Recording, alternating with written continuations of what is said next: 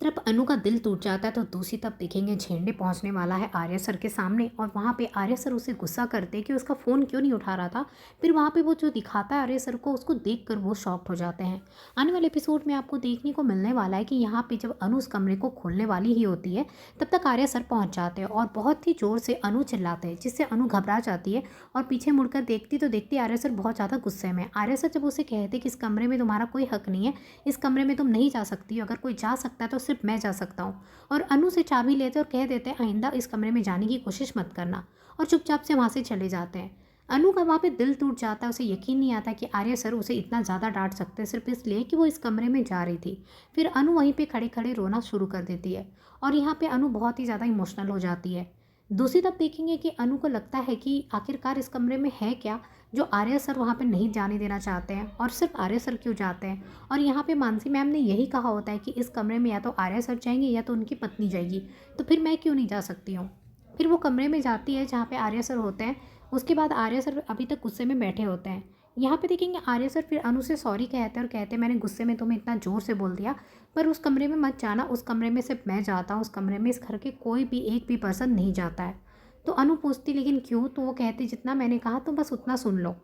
तभी आप वे कहते कि तुमने उस कमरे में कैसे गई और तुम्हें ये चाबी कहाँ से मिला।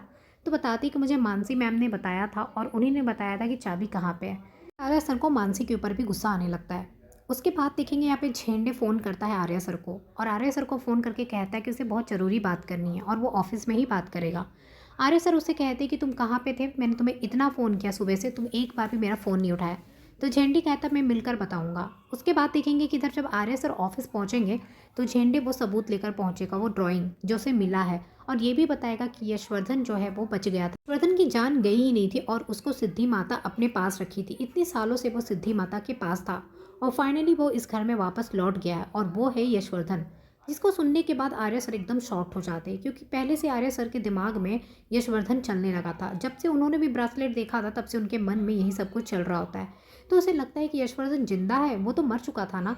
उसके बाद देखेंगे आर्य सर भी बहुत घबरा रहे होते हैं, वहीं पे झेंडे भी। आखिर ऐसी कौन सी राज है जिसकी वजह से आर्य सर इतना ज़्यादा परेशान हो रहे होते हैं। दूसरी तरफ देखेंगे मानसी मीरा को फ़ोन करके सारी बात बताती कि आज घर में क्या हुआ। आज अनु ना उस कमरे में जाने की कोशिश कर रही थी तो आर्य सर ने उसे बुरी तरीके से डांटा है। तो यहाँ पे मानसी की बात सुनकर मीरा बहुत खुश हो जाती है। मीरा कहती है कि आज तो आर्य सर तो अनु से बात भी नहीं कर रहे हैं और घर पे भी जाकर डांटे हैं।